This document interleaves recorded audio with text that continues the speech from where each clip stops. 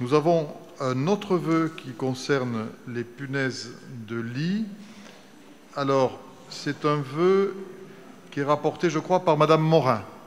Donc, je donne la parole à Madame Morin.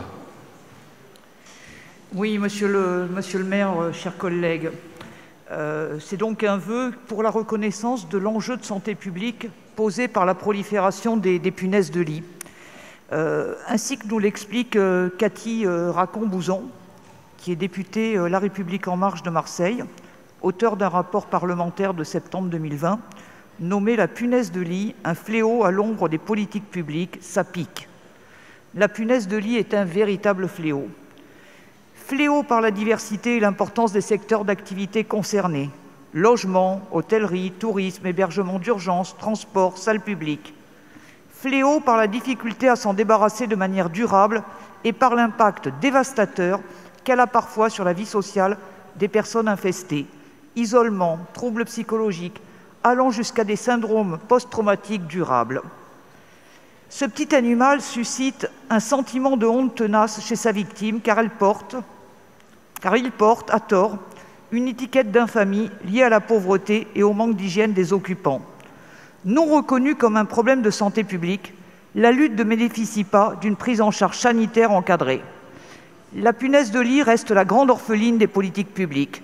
C'est un enjeu de solidarité, mais également de salubrité publique, pour ne laisser personne sans solution et par là même pour ne laisser aucune infestation se propager. Plus la détection est précoce et plus simple et rapide sera le traitement, à condition d'être correctement informé sur les bons gestes. En première intention, un traitement mécanique suffira dans la majorité des cas si l'intervention est précoce. A l'inverse, plus la réaction tarde et plus l'infestation sera difficile à juguler. Tous les spécialistes du problème s'accordent en conséquence sur l'enjeu qui s'attache à une identification rapide, quasi simultanée à l'apparition des premiers signes, piqûres, taches sur la literie, et à l'engagement immédiat d'actions de lutte.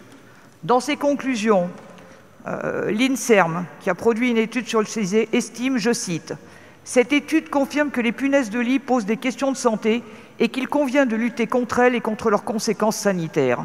Elles peuvent être responsables d'une détresse psychologique et d'un retentissement sur les activités chez un nombre non négligeable de personnes. » En conséquence de quoi, le conseil municipal décide, et je vous présente donc les différents articles. Article 1.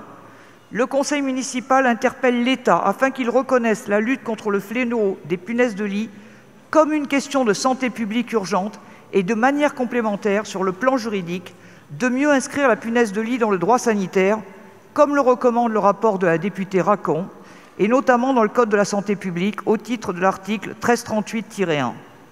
Article 2. Le conseil municipal de Toulouse interpelle l'Agence régionale de santé d'Occitanie afin de décliner dans son plan régional de santé la problématique de la lutte contre les punaises de lit. Article 3. Le conseil municipal de Toulouse demande toujours à l'ARS Occitanie qu'elle engage, en lien avec la ville de Toulouse, une campagne d'information et de sensibilisation sur la prolifération des punaises de lit, mais aussi pour déconstruire la fausse croyance de punaises de lit liée au manque d'hygiène.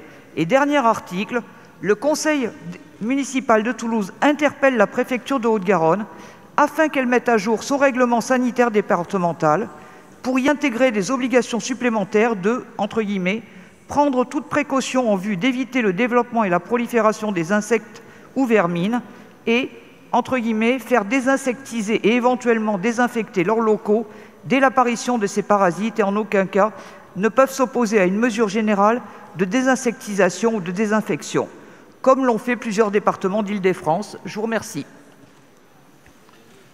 Merci. Je vais donner la parole maintenant à Françoise Ampoulange, à nouveau, au nom de la majorité. Merci, monsieur le maire. Oui, alors nous allons terminer ce conseil municipal par un vœu sur les punaises de lit. En effet, Madame Morin, les punaises de lit posent des questions de santé et peuvent engendrer une détresse psychologique importante. Cependant, je tiens à rappeler que ce fléau ne doit pas être uniquement associé à la précarité ou à l'insalubrité, et vous l'avez très bien noté dans votre vœu. Compte tenu de vos articles et de ce qu'ils préconisent, je vous propose de voter pour ce vœu. Je propose donc de déclencher le vote, puisqu'il y a une convergence, sans réserve ni amendement proposé. Qui ne participe... Je salue la position de la mairie de Toulouse. Elle n'est pas encore reprise.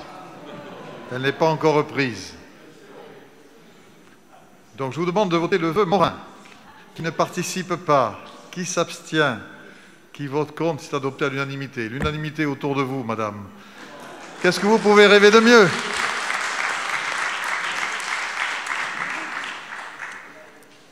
Bien. Je remercie madame Ampulonge et la mairie pour les Toulousains pour qui il y aura des choses qui avanceront. Merci. Merci. Alors,